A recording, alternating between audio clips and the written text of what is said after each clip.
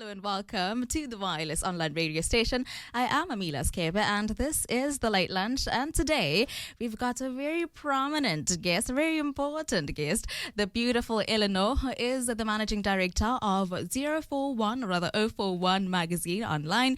And she's also, a boss lady of her own. She does own Kismet Media. Is it Kismet or Kismet? But you'll hear from the lady herself. Eleanor, how are you doing, my darling? I am doing so well. Thank you for having me. So pleased to have you here. We are delighted. And now let's get into the business of the day, right? So from blogging as just Ella Bella to being the managing director of 041 online magazine to owning your own Kismet Media, where did the love and the passion for storytelling and writing come about? This is going to be such a stereotypical answer, but I was definitely one of those kids with the nose in the book and head in the clouds. And stories were always my solace when I didn't feel like I quite fit in. And I've just been so blessed that writing has given me as much as I've, done through writing. I've been able to do the most amazing things like release seals back into the wild and be front row at international fashion weeks, and I've been able to travel and I've been able to meet all these prominent people and humanitarians, and my thing with writing is that I just love being able to hear someone's story and put it into words. So yeah, the love of writing. I've always been a creative person. Like, I always tease that I've got the same hobbies as a Disney princess, because I'm always drawing or singing or fighting with my father, because that's what Disney. But so writing is just kind of my favorite out of all the creative outlets. Oh, that's super sweet. And now, how do you balance like your professional life and your personal life? Because it is quite demanding on both ends, considering when I gauge it, you're a wife, you're a mother, and on your professional side, you're a managing director, you're a founder. Yeah, you work. Your work is quite demanding. How do you do it? So it took me a while to figure this out, and it's pretty simple. Yeah. It's that I'm not afraid to accept help, ask for help, and even pay for help. Because I figure even Jesus had 12 disciples. Like, who am I? I'm not even trying to save humanity. So I rely on those close to me. So in my personal life, I've got a very hands-on husband. He does all the cooking. Sweet. He's incredibly supportive. Then I've got an executive assistant who helps me with 041. Otherwise, I don't know when I'd sleep.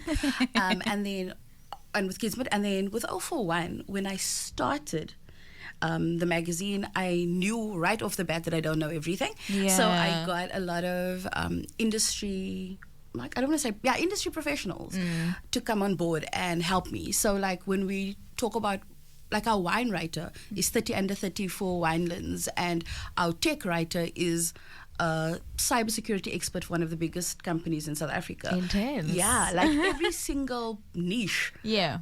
They have their own brand. They have their own thing that they're doing, and we kind of, because 041 is supposed to be a brag book for Nelson Mandela Bay, and then you're going to need a big variety of people. So yeah, I balance by not trying to balance, by knowing that nobody measures success by how tired you are at the end of the day. Like, no matter how much money you make, you can't buy back your health. And I learned this the hard way. So yeah.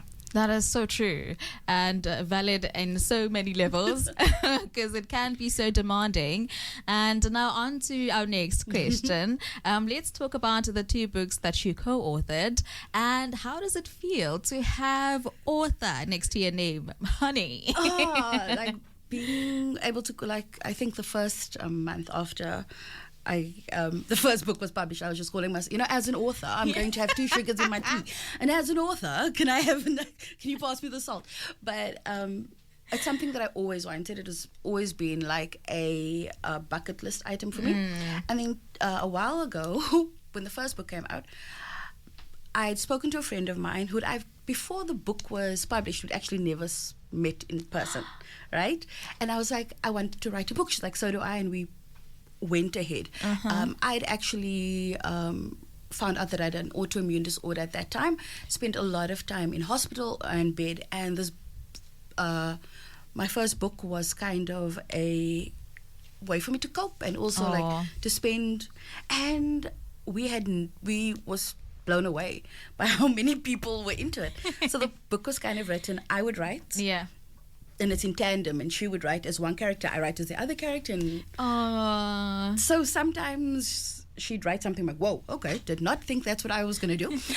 So yeah, and then everybody, so it was just supposed to be a once-off thing, and everybody wanted to know, okay, and then what happened? And what happened? So we wrote a second one, and yeah, I think it went pretty well. People have been pretty interested. That's nice. So which one is the first one between the two books? Is it the one with fire, or is it the one that is before? We start with the fire and then we end with the embers.